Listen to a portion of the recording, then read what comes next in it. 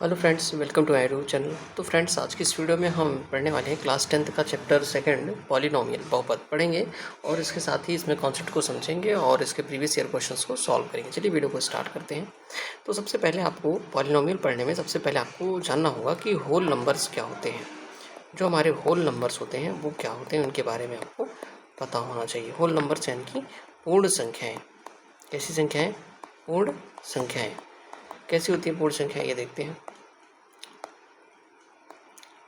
पूर्ण संख्या का मतलब होता है जो संख्या हमारी 0, 1, 2, 3, 4, 5 इस तरीके से जो संख्याएं होती हैं इनको हम पूर्ण। तो इस तरीके की जो संख्याएं होती हैं इनको हम पूर्ण संख्या बोलते हैं। हाँ, यहाँ पे होल नंबर्स पूर्ण संख्याएं ये होती हैं। अभी इनको पढ़ेंगे, ठीक है, इनका काम रहेगा। उसके बाद हमारा आता है जिसको हम बोलते हैं वेरिएबल।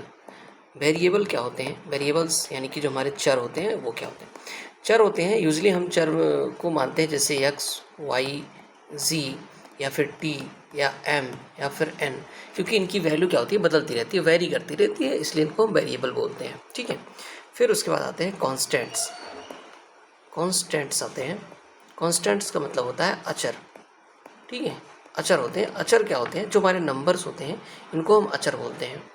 तो नंबर जैसे कुछ भी नंबर होता है, 0, -1, -5, 100 या 200 या 7, कोई भी नंबर हो सकता है, उनको हम अचर बोलते हैं क्योंकि इनकी वैल्यू हमेशा फिक्स रहती है। तो अब इतना पढ़ने के बाद अब हम पढ़ते हैं अलजेब्रिक एक्सप्रेशन क्या होता है। अलजेब्रिक एक्सप्रेशन क्या होता है, फिर हम बहुपद पे चलेंगे, ठीक है। देखिए, अलजेब्रिक एक्सप्रेशन जो होता है, अलजेब्रिक एक्सप्रेशन,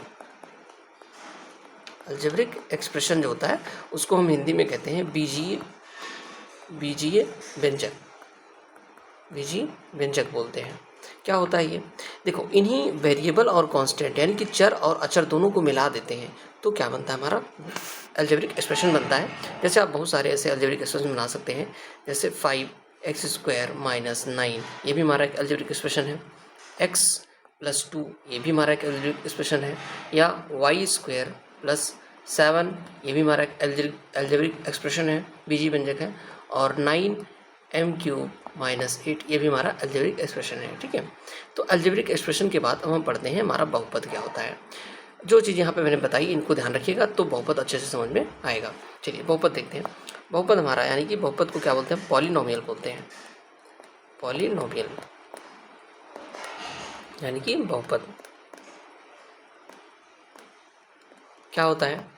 बहुपद क्या होता है? ऐसा बीजीय व्यंजक होता है, ऐसा बीजीय व्यंजक होता है। बहुपद ऐसा बीजीय व्यंजक होता है, व्यंजक होता है जिसमें चर की घात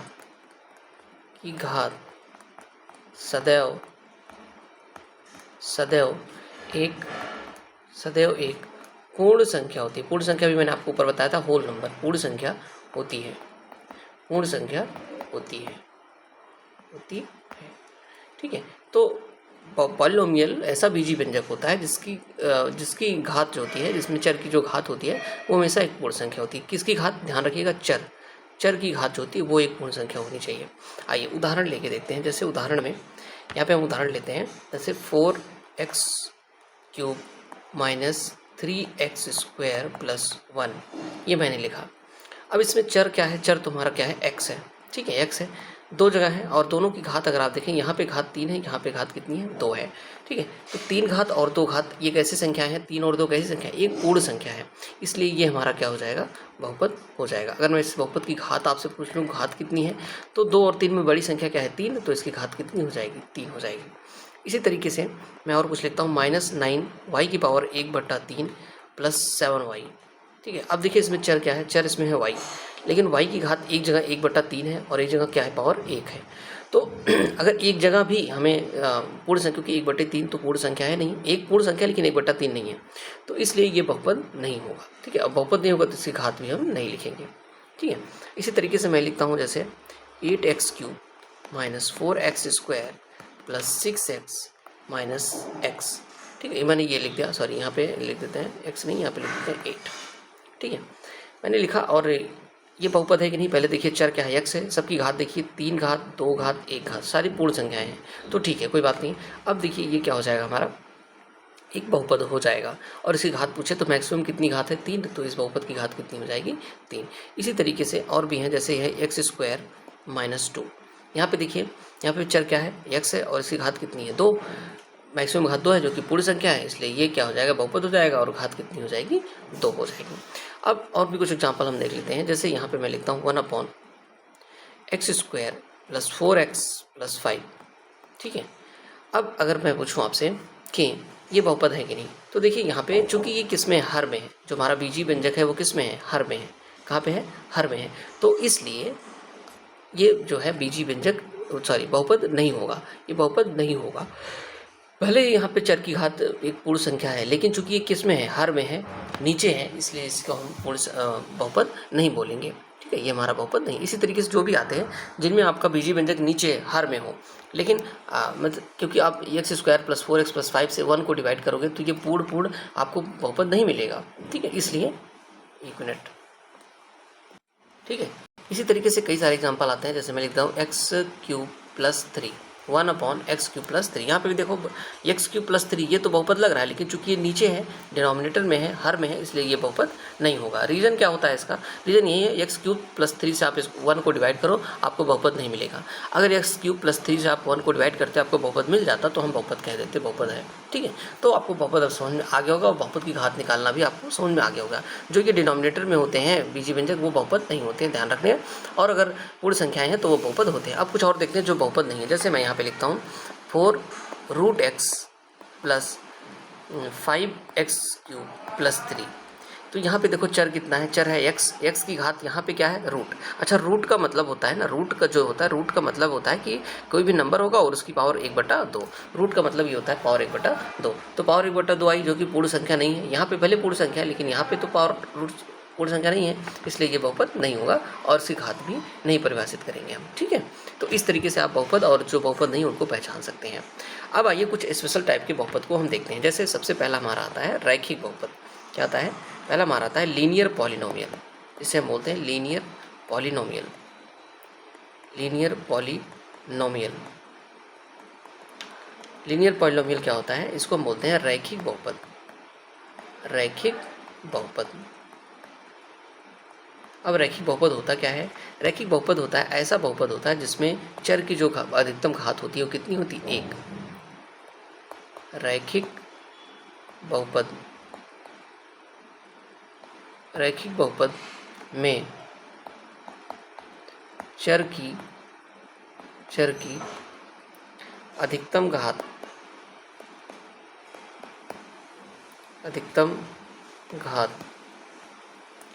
1 होती है। कितनी होती है, 1 होती है। ठीक है, उदाहरण लिखते हैं, उदाहरण देखिएगा आप। जैसे मैं लिख रहा हूँ 4 - 3y। अब देखिए इसमें जो हमारा चर है y है, और उसकी अधिकतम घात कितनी है, 1 है, तो ये हमारा क्या हो जाएगा, रैखिक बहुपद हो जाएगा। इसी तरीके से और भी मैं एग्जांपल लेता हूँ, जैसे 7m - 8। यहाँ पे देखिए चर की घात अधिकतम कितनी है, 1, ये रैखिक हो जाएगा। कुछ और एग्जांपल लेते हैं, जैसे 6m² - 9। यहाँ पे चर की अधिकतम घात कितनी है, 2, तो ये रैखिक नहीं होगा। ये बहुपद तो है, लेकिन ये रैखिक बहुपद नहीं है। ठीक है, क्योंकि इसकी घात कितनी होनी चाहिए, 1 होनी चाहिए। बात समझ में आ गई। अब हम चलते हैं रैखिक बहुपद के बाद हमारा दूसरा नंबर आता है, वो होता है द्विघात बहुपद, यानी कि क्वाड्रेटिक। क्या, quadratic polynomial. Quadratic polynomial, quadratic polynomial का मतलब क्या होता है, द्विघात बहुपद। क्या होता है, द्विघात बहुपद, जिसकी नाम से दिख रहा है कि द्विघात यानी कि 2 घात, द्विघात वाला बहुपद। ठीक है, तो इसका हम लिख देंगे ऐसा बहुपद, ऐसा बहुपद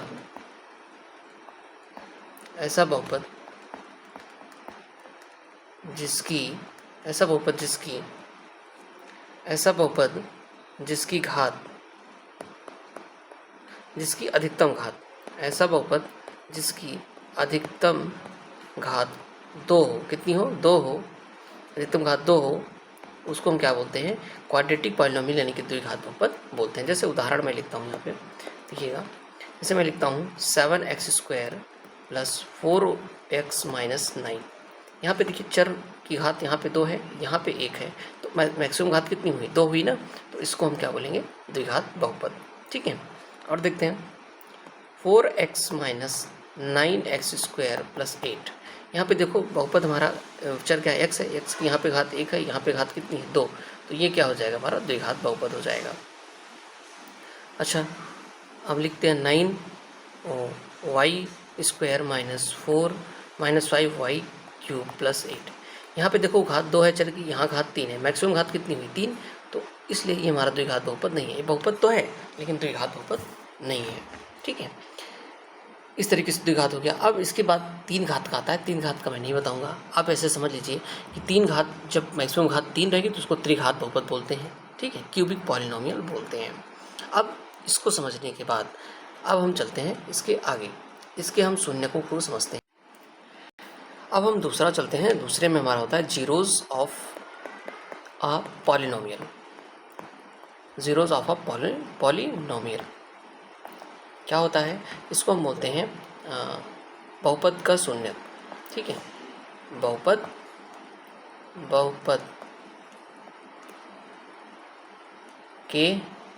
के शून्य।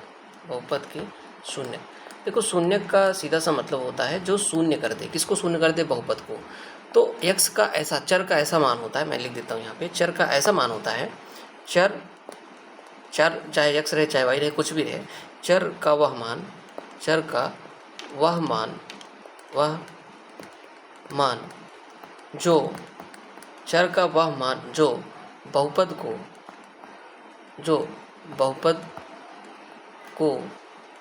को शून्य कर देता है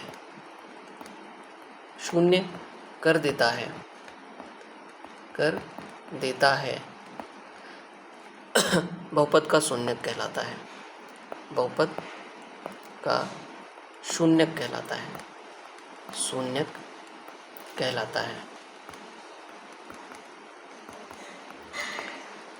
कहलाता है। ठीक है, तो ऐसा चर का मान जो कि बहुपद को शून्य कर देता है वो उसका शून्यक कहलाता है। ठीक है, अच्छा एक चीज़ मैं आपको और बता देता हूँ यहाँ पे, जैसे कोई भी बहुपद है तो p से हो गया पॉलिनोमियल और x का मतलब हो गया कि उस बहुपद में x चर है। तो कोई भी वैसे मान लो मैं लिखता हूँ 6x square plus 4x minus 3, ये मैंने बहुपद लिखा, तो p क्या दिखा रहा है? p से पॉलिनोमियल यानी कि बहुपद, और x का मतलब हो गया कि x इसमें चर है, तो इसका नोटेशन होता है। ठीक है, और इसी तरीके से इसको gx भी कहीं कहीं लिखा रहता है। gx बराबर मान लो कोई बहुपद ले लेता है 7x square minus 2x plus 8, ये हमारा बहुपद हो गया। तो px gx hx ऐसा दिखे तो आप समझ जाओ कि पॉलिनोमियल है और उसमें बहुपद क्या है? x, मतलब चर क्या है? x है। अब चलते हैं, हम निकालते हैं कोई वैल्यू। जैसे मान लो मैं आपसे कहूँ कि x बराबर k पर px का मान बताओ। px मतलब बहुपद का मान बताओ, का मान, फिर हम शून्य को समझते हैं, का मान बताओ। ठीक है, तो इसका मतलब ये हुआ, ये क्या कहना चाह रहा है? ये चाह रहा है कि जहाँ जहाँ पर बहुपद में x है वहाँ पे क्या रख दो? k। ठीक है, जहाँ जहाँ बहुपद में x है वहाँ पे क्या रख दो? k, तो आपको मान मिल जाएगा। चलिए एक उदाहरण से समझते हैं, ये वाला उदाहरण लेते हैं। ठीक है, चलो मान लेते हैं हमारा बहुपद क्या है? px बराबर हमें दिया है 6x square plus 4x plus minus 3। ठीक है, ये है। अगर मैंने कहा कि x बराबर 2 पर हमें मान बताओ, 2 पर px का मान बताओ,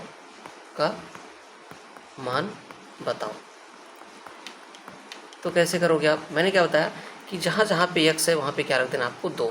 तो देखो यहाँ पे x है तो यहाँ पे रखेंगे p ऑफ x था तो p of 2 equal to 6x square था, तो चूंकि x की जगह में 2 रखना है तो 2 का स्क्वायर हो गया, प्लस 4x है तो 4 इंटू 2 माइनस 3। सॉल्व करते हैं, 6 into 2 square 4 plus 8 minus 3 equal to 6 into 4 24 plus 5, और इसको सॉल्व करोगे तो ये कितना हो? 29। इसका कहने का मतलब ये हुआ कि जब x 2 है, x का अगर हम 2 रखेंगे तो हमें जो बहुपद की वैल्यू मिलेगी वो कितना मिलेगी? 29। ऐसे ही कुछ x के मान होंगे जिनके लिए बहुपद का मान शून्य हो जाएगा, उन्हीं को हम शून्यक बोलते हैं। आइए देखते हैं कौन से मान है वो। तो यहाँ पे हम चेक करते हैं कि क्या हमारा x बराबर जो 4 है, क्या ये इस बहुपद का पी एक्स का एक शून्यक है कि नहीं। कैसे पता चलेगा शून्यक है कि नहीं, आपको एक्स की जगह कितना रख देना 4। अगर बहुपद का मान 0 हो गया तो समझ लो शून्यक है, अगर 0 नहीं हुआ तो समझ लो शून्यक नहीं है। चलो रखते हैं, ये हो गया। जहाँ पे एक्स आपको दिखे वहाँ पे 4 रखो, रखते हैं। यहाँ पे एक्स का स्क्वायर तो 4 का स्क्वायर माइनस 11 इंटू एक्स है तो 4 प्लस 28 करके देखते हैं। ये हो गया 16, ये हो गया माइनस 44 प्लस 28। सॉल्व करते हैं इसको तो ये हो जाएगा -28 प्लस 28 और इक्वल टू 0। तो जब भी बहुपद का मान 0 हो जाता है किसी चर के मान को रखने पर, कोई भी मान रखते हैं तो हम क्या बोलते हैं, शून्य है। तो यहाँ पे लिख देंगे हाँ, क्या लिख देंगे, हाँ x इज इक्वल टू 4, मतलब x बराबर 4, पी एक्स का एक शून्यक है, पी एक्स का एक शून्यक है, एक शून्यक है।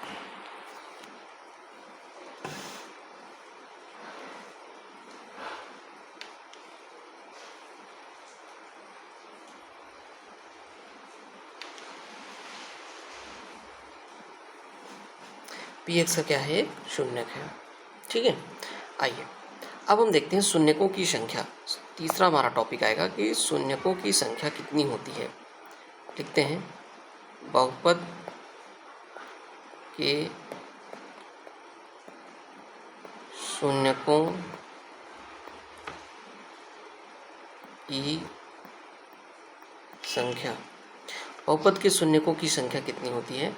तो ध्यान रखिएगा, जो हमारा रैखिक बहुपद होता है,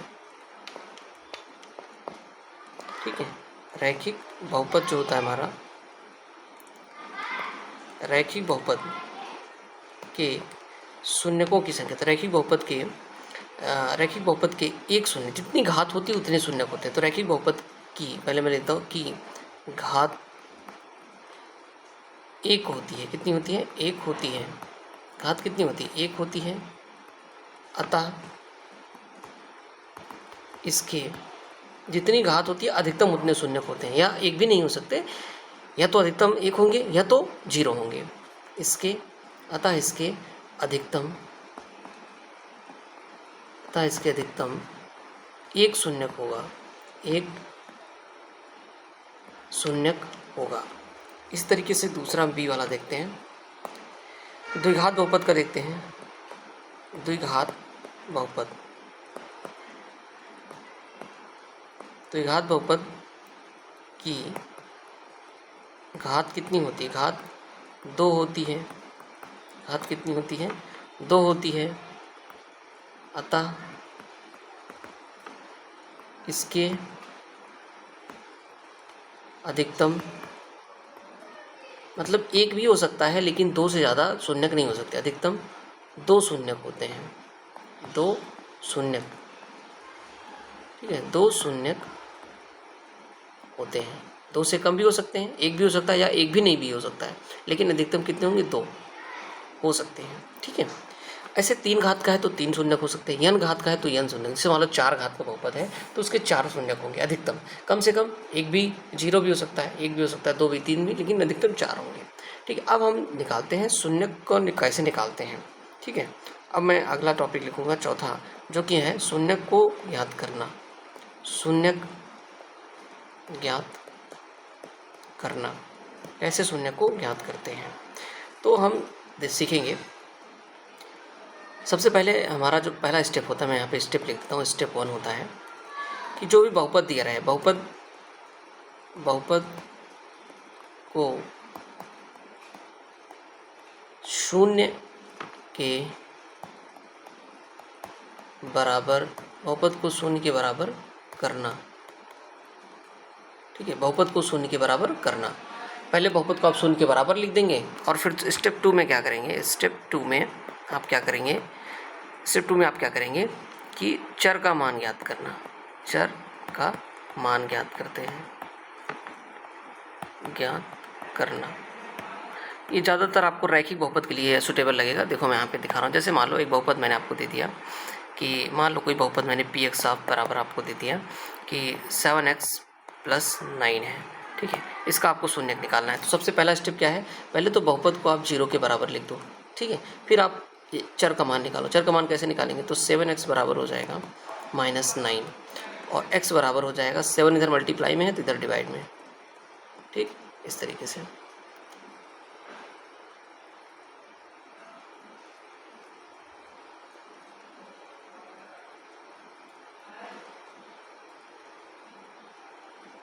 तो हमारा जो शून्य का है वो कितना आया, -9/7। अच्छा, इसकी जांच भी कर लेते हैं क्या ये सही है।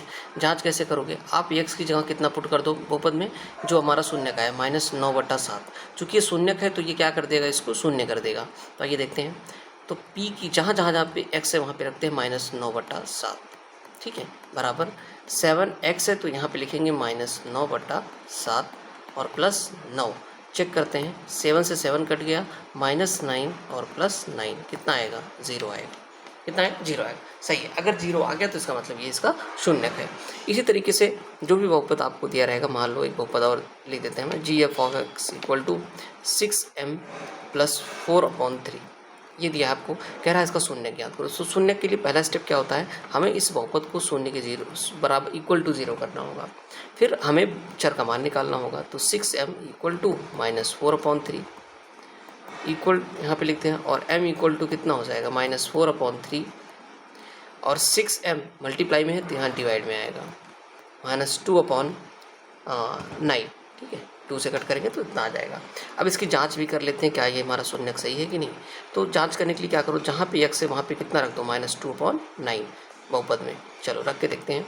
तो 6m है तो यहाँ पे रखते हैं, सॉरी x m नहीं है, x नहीं है m है, ठीक है, जहाँ पे m है वहाँ पे रखना है। तो m की जगह कितना रखते हैं, -2/9 + 4/3। तो कितना हो जाएगा ये, कट करते हैं इसको, 2 से कट करेंगे तो 2 3 जा, सॉरी 2 3 से कट करते हैं तो 3 2 जा और 3 3 जा, ये हो गया। ऊपर मल्टीप्लाई करेंगे, -4/9, सॉरी 4/3 है ये, ठीक है, और ये वाला +4/3, और दोनों अपोजिट साइन के हैं तो 0 हो जाएगा। देखो ये सही है, तो ये इसका शून्यक हो जाएगा। आइए द्विघात बहुपद का शून्यक निकाल के देखते हैं किस तरीके से निकालते हैं। आइए सबसे पहले हम एक द्विघात बहुपद लिखते हैं। तो अब हम क्या करेंगे, यहाँ से शून्यक ज्ञात करते हैं इसका, ठीक है। देखो शून्यक ज्ञात करने के लिए सबसे पहला स्टेप क्या होता है, पहले बहुपद हम लिखते हैं 4x² - 4x + 1, ठीक है। 1 मिनट, यहाँ पे ये बहुपद नहीं रहेगा, बहुपद को मैं चेंज कर देता हूँ, 1 मिनट रुकिए। जैसे हमें इसका शून्यक निकालना है, बहुपद हमारा दिया है, बहुपद हम देख लेते हैं, ये हम हल करते हैं इसको। बहुपद में दिया है 9x² - 6x + 1। आइए देखते हैं इसका शून्यक निकालते हैं। तो शून्यक में क्या है, इसका मल्टीप्लाई कर देते हैं, ठीक है। शून्यक निकाले, द्विघात बहुपद है, कैसा बहुपद है ध्यान से देखो। तो मैं एकदम घात 2 है इसलिए द्विघात बहुपद है। द्विघात बहुपद का शून्यक निकालने के लिए जो x² का गुणांक होता है और जो अचर पद होता है, इन दोनों का गुणा कर लेते हैं। गुणा करने पे कितना है, 9, ठीक है, कितना है, 9। अब आपको ऐसी इस 9 को इस पार्ट में ब्रेक करना है कि गुणा करने पर तो 9 आए, ठीक है, लेकिन अगर उसको हम जोड़ दें, ये चिन्ह बता रहा है, अगर उसको जोड़ दें तो -6 आना चाहिए। कितना आना चाहिए, -6।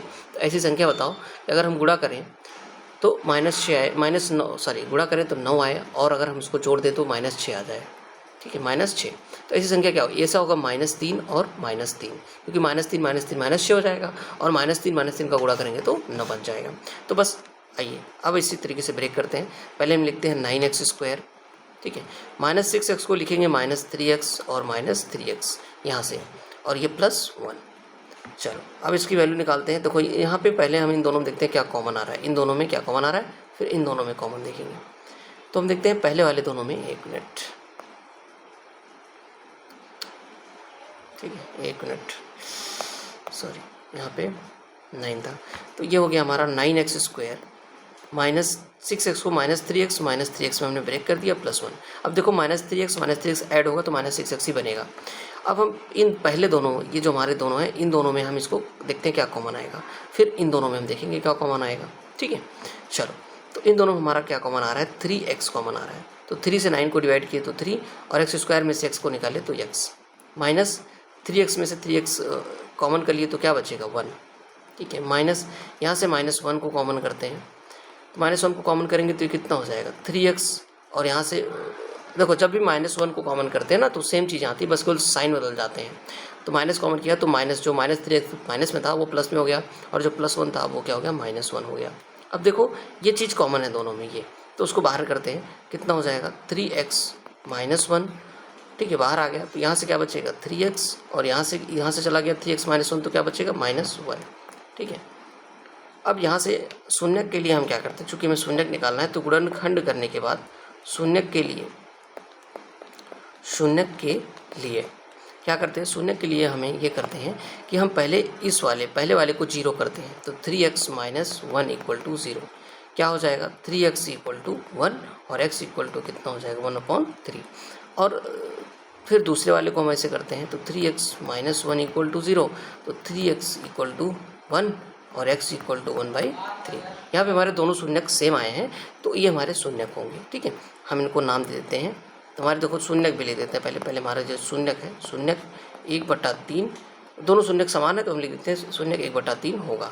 मैंने आपको बताया था ना कि या तो 2 शून्यक होंगे मैक्सिमम, या फिर 1 होगा। तो यहाँ पे देखिए एक ही शून्यक आया है, क्योंकि दोनों शून्यक समान है इसलिए एक ही शून्यक हम बोलेंगे। तो 1/3 इसका शून्यक आ गया। 2 भी आ सकता था, 3 भी आ सकता था, सॉरी 3 नहीं आता, अगर 3 घात का बहुपद होता तो 3 आता, ठीक है। 2 घात में 2 ही आएगा। और एक क्वेश्चन देख लेते हैं थोड़ा सा आइए इसको हल करते हैं। यहाँ पे हल करके हम देखेंगे, ये हमारा है x² माइनस 3√x प्लस 4, ठीक है। तो हम क्या करते हैं, पहले यहाँ पे 1 है, इस 1 का इस 4 से मल्टीप्लाई करते हैं, इस 1 का इस 4 से मल्टीप्लाई करते हैं तो कितना आएगा 4 आएगा। और 4 को ब्रेक करते हैं 2 पार्ट में ऐसे कि अगर हम गुणा करें तो 4 बन जाए, ठीक है। गुणा करने पे कितना बन जाए 4 बन जाए, और अगर हम उसको ऐड करते हैं तो कितना बन जाए 3√x बन जाए, ठीक है। आइए देखते हैं कैसे करते हैं इसको। तो इसको ध्यान दीजिएगा, यहाँ पे थोड़ा सा आपको केयरफुल रहना होगा। ऐसी संख्या ढूंढनी होगी जिसको गुणा करने पे 4 बने और जोड़ने पर 3√x बने। देखो मैं आपको बता दे रहा हूँ क्या बनेगा। यहाँ पे ये बनेगा 2 रूट और √2, ठीक है। चूँकि माइनस में लाना है दोनों को माइनस में कर देते हैं। ये 2 संख्याएँ होंगी जिनको जब आप प्लस करोगे तो ये बनेगा -3√2। क्या बनेगा -3√2। एक मिनट यहाँ लिख देते हैं, ये बनेगा -3√2। लेकिन जब आप इनको गुणा करेंगे -2√2 गुणे -√2, जब गुणा करोगे तो देखो ध्यान से, माइनस तो प्लस बनेगा, और 2 इंटू √2 बनेगा। √2 मिल के क्या बनेगा 2, और ये मिल के बन जाएगा 4। तो आइए इसको ब्रेक करते हैं। अब ये इस तरीके से हो जाएगा कि x² माइनस 3√2x और प्लस 4। इसको आप क्या लिखोगे x² माइनस 2√2x और माइनस √2x प्लस 4। इन दोनों में क्या कॉमन है, इन दोनों में अगर हम देखें इन दोनों में क्या कॉमन है, तो इन दोनों में हमें x कॉमन दिख रहा है। x को कॉमन करते हैं तो क्या आएगा x माइनस 2√2। और इन दोनों में क्या कॉमन है, इन दोनों में देखो हमें कॉमन करना होगा √2। क्या करना होगा -√2 कॉमन करते हैं। तो ध्यान से देखना, जब भी माइनस कॉमन करते हैं तो अंदर की साइन बदलते हैं। √2 बाहर गया तो क्या बचा x, और ये प्लस में था तो ये माइनस में हो जाएगा। और देखो 4√2 को आप कैसे लिख सकते हो, 4 को कैसे लिख सकते हो, इसको लिख सकते हैं 2√2 इंटू √2 ऐसे। तो यहाँ से √2 कॉमन जाएगा तो क्या बचेगा 2√2 बचेगा। क्या बचेगा 2√2। अब देखो क्या चीज़ इसमें कॉमन है, तो x माइनस 2√2 क्या है कॉमन है। इसको बाहर करते हैं तो यहाँ से क्या बचेगा x माइनस √2, ठीक है। और यहाँ से ये हमारा इतना आ गया। अब हमें शून्यक निकालना है, तो शून्यक के लिए हम क्या करते हैं, शून्यक के लिए हम लोग करते क्या है, यहाँ से देखिएगा, तो यहाँ हम देखेंगे शून्यक के लिए। तो सबसे पहले शून्यक के लिए हम क्या करते हैं, पहले वाले को 0 करते हैं, √2 इक्वल टू 0 कर देते हैं। इसको 0 करने से हमें x की वैल्यू कितनी मिल जाएगी 2√2 मिल जाएगी। और उसके बाद इधर वाले को 0 करते हैं, x माइनस √2 इक्वल टू 0 करते हैं, तो x इक्वल टू कितना आ जाएगा √2। तो हमारे 2 शून्यक यहाँ पे आए। शून्यक कौन कौन से आए हमारे, शून्यक हमारा क्या हो गया शून्यक, एक हो गया हमारा 2√2 और एक हमारा क्या हो गया √2, ठीक है। तो फ्रेंड्स आपको वीडियो पसंद आए तो लाइक करना, चैनल को सब्सक्राइब करना। इस वीडियो में इतना ही, नेक्स्ट वीडियो मिलते हैं। Thanks for watching.